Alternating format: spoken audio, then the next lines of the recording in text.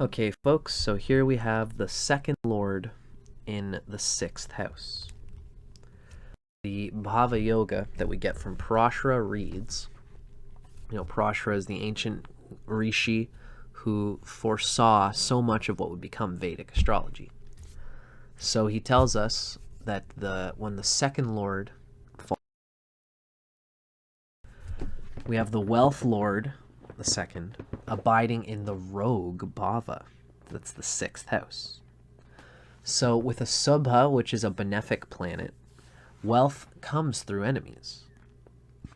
When this is with a malefic, there's derivation through enemies and defective thighs, which is very interesting, very specific. This is an interesting one because Parashara is not actually telling us what the basic nature of the second lord and the sixth is. He only tells us these sort of what changes when we have a benefic or a malefic in there with it in the sixth house. But it gives us a little bit of a real general clue as to what is happening here. The second house is this important house of wealth. It's an important house of emotional security, especially through early childhood. We tend to be really... The impression that's made on us in early childhood is very much wrapped up in the second house. If you got a lot of junk in the second house, then you might feel that you were sort of... didn't feel like maybe your family didn't have the wealth to make you feel abundant, which can happen, by the way, whether you were living in poor circumstances or whether you were living in rich circumstances. There are many children who have rich parents, but the parents are so busy, the parents just can give the kids money, but the kids still feel like there's something missing. This is real classic second house stuff, emotional security and feeling, it's beauty, it's of the face. Usually beautiful people tend to have strong second houses, and this is a radiance that comes from eating well, and it comes from acting well in a concordance with how society deems beauty and goodness and gentle behavior to be. And if you have junk happening in the second house, or in this case the sixth house, because that's where your second lord is, then you can kind of expect that there would be a little bit of difficulty here. Both of these houses are Artha houses, or earth houses. Second and sixth are both earth houses, right? They relate to Taurus and Virgo in a way. The second house has Jupiter for a Karaka. The sixth house has Mars and, in a way, Saturn for Karakas. So they're pretty different. Here, the wealth lord is in the rogue Bhava. The sixth house is not generally considered to be a great happy house. The sixth from the first house, as well as the eighth from the first house, and the 11th and 12th. The third house, too. They're kind of considered to be difficult houses, although they're upachaya houses, which mean they do get better over time. The planets falling in there do get better as you age, especially once Saturn matures at 36. But generally, having the second and the sixth does kind of show the wealth lord needs to be a bit of a rogue to really make itself feel emotionally secure and confident in its personal family. What probably might have happened when you were younger is that you might have felt like you needed to prove yourself somehow through some kind of effort, through some kind of meticulous sixth house energy. Depending on how that could have gone, it might have given you a capacity. When this goes well, it gives a capacity to push and be very intelligent and decisive about money, investments, and how to constantly, consistently make money back for debts. You spend money aggressively, and then this puts you in debt, which is okay because you got a bunch of little ways to make money again, and then you get yourself back out of debt, then you take out a loan and you throw more money at something else. This can be this kind of person, which can be okay as long as you can pay that debt, as long as you got a good Saturn especially. But a good Mars will also help you to invest properly, to be logical and mechanical and methodical about what you do with that money. So Mars and Saturn is especially important for this placement, for getting the most out of the second lord in the 6th house. So, as in all these videos, we're about to read from The Art and Science of Vedic Astrology by Ryan Kirksack and Richard Fish. This is the Bhava Yoga.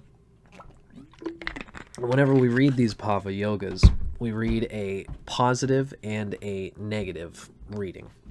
We hear the positive influences, and this can especially, these will shine in a person who has a very well-placed second lord in the 6th house. You know, if you've got, I could probably think of a bunch of examples. Like if you're Cancer rising, you got the sun is the second lord.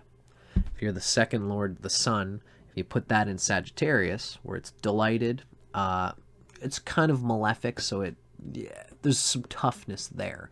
But the sun is delighted by Jupiter.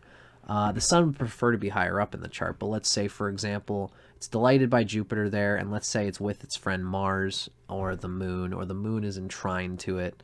The sun's got good Shadbala. It's involved in good yogas. These are all things that can delight the sun as the second lord in the 6th house. So if this is all good stuff happening, you can mostly listen to the good part of this yoga.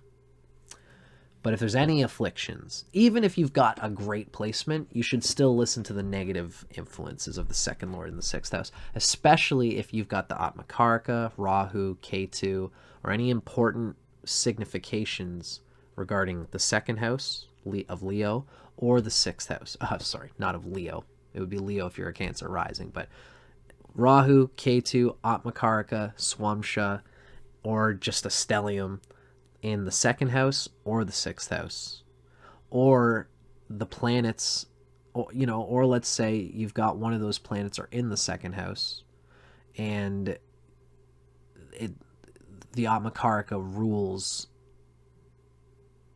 that house. What am I trying to say here? Like if you've got the Atmakaraka is Venus, and Venus rules the 2nd house, and the 2nd house is falling in the 6th house, then this would be very important. Or if you've got Venus Atmakaraka and Venus rules the 6th house, this would be important. So these are different ways of thinking about this. So most people are going to have a bit of both, the bad and the good. So keep that in mind. When the ruler of the 2nd is in the 6th, some of the positive influences can be expected. This is someone who earns money through defeating enemies. This is what they do to earn money. Besting people. This can be a competitive person. The second lord, the second lord likes to actually make residual income. But this can be somebody who's actually like a mechanic, who's the best mechanic in town, and he's offering the best prices. And he has to work really hard to show that his prices are worth it. And everyone goes to him because he's honest. Ideally, this, unless it's really afflicted, then you go the other way. But this is the kind of thing we expect from the second lord in the 6th, is that they're willing to work hard if they are. And that's what this defeating through earns money through defeating enemies can also mean this, just competing very well. They work in the service industry, constantly doing some kind of service. They may deal in agriculture, which has lots of chores. They've got skills in restaurant service.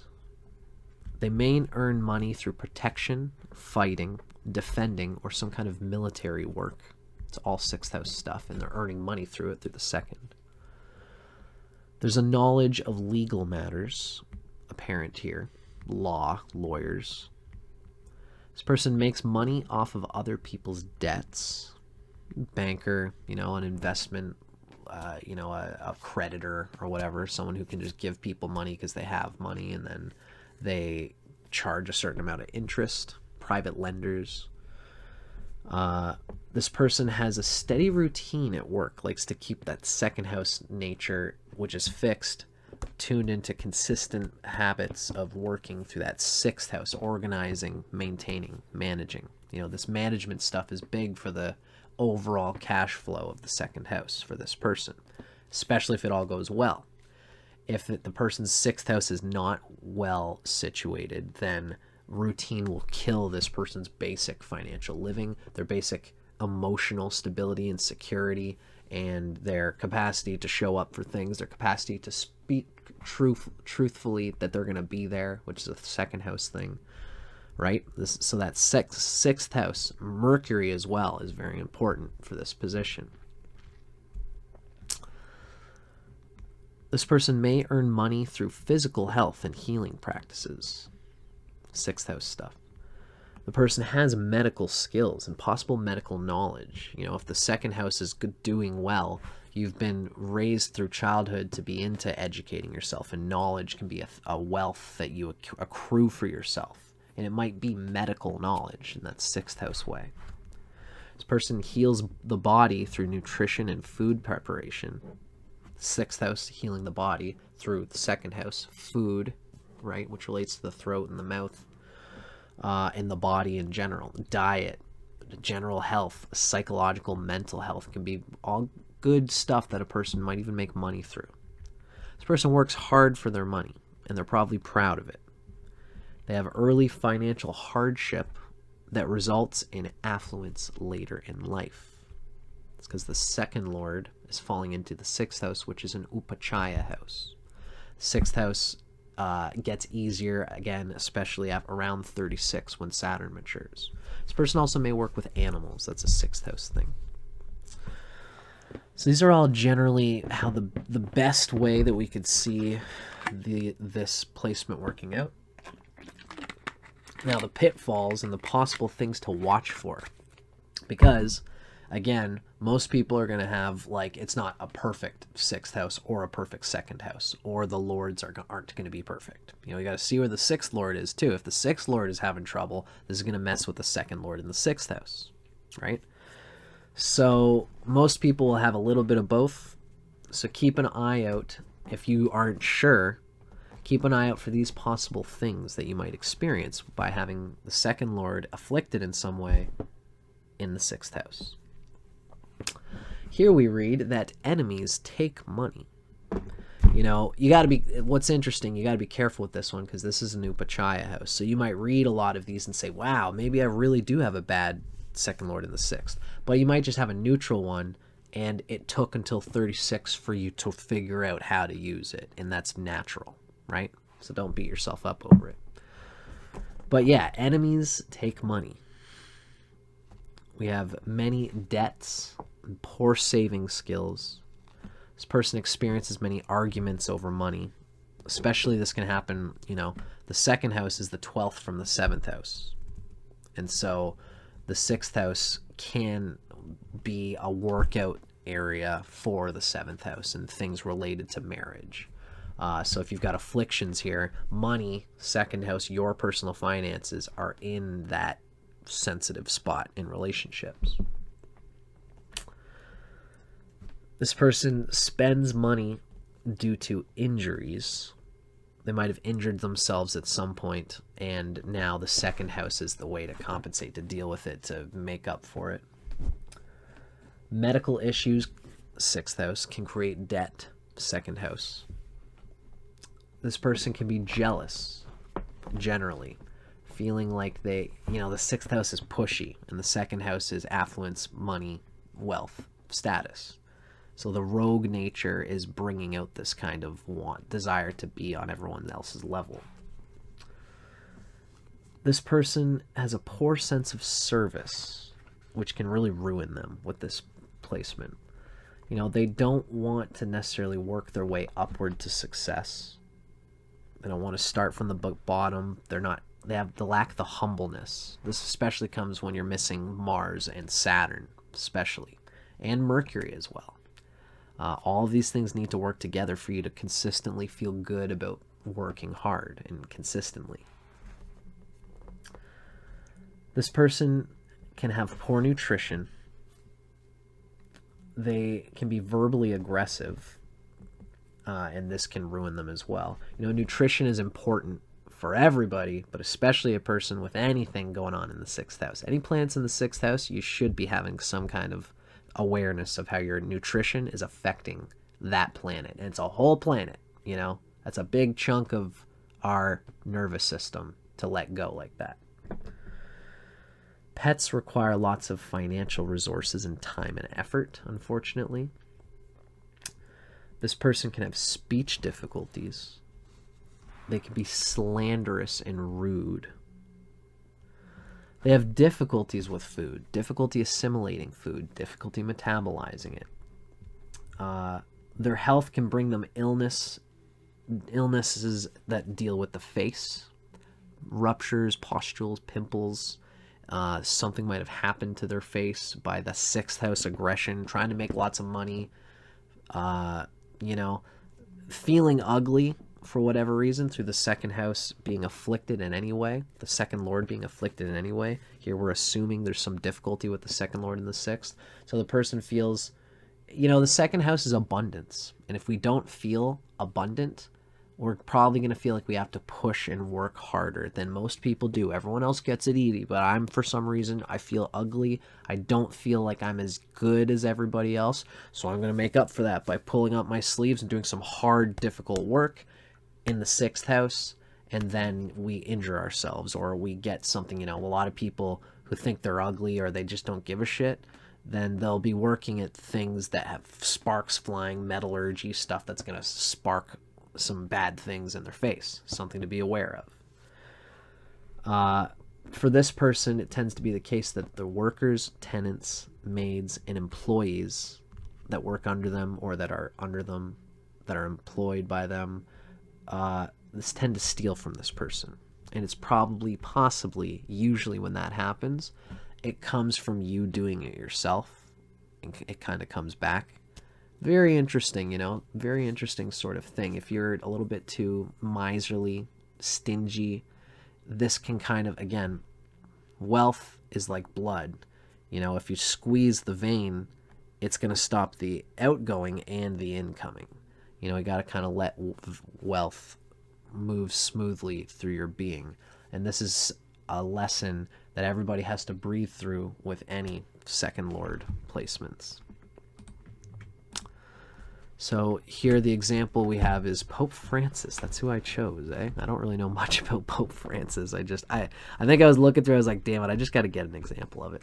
So here we have the 2nd lord, the sun, is falling into Sagittarius, as we were mentioning. That is an interesting, funny thing.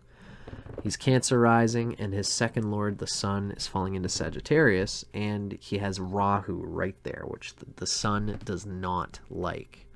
The sun might also be combusting that Jupiter, unfortunately, which is the 6th lord. So that Jupiter is starved. Wow, that's an ugly Jupiter for a pope to have. Whoa, that is so weird. Jupiter's starved by Mercury. Both of these planets prefer to be in the 1st house, and Jupiter's debilitated, and it's combust. And that is what the sun and Rahu are riding on. So this is a person who probably was dealing with a feeling of lacking wealth in their lives, and eventually kind of had it switch around at some point. He's got the K2 in the 12th house, so that's good. I digress. Very interesting. So I hope you guys enjoyed that. Thanks for watching.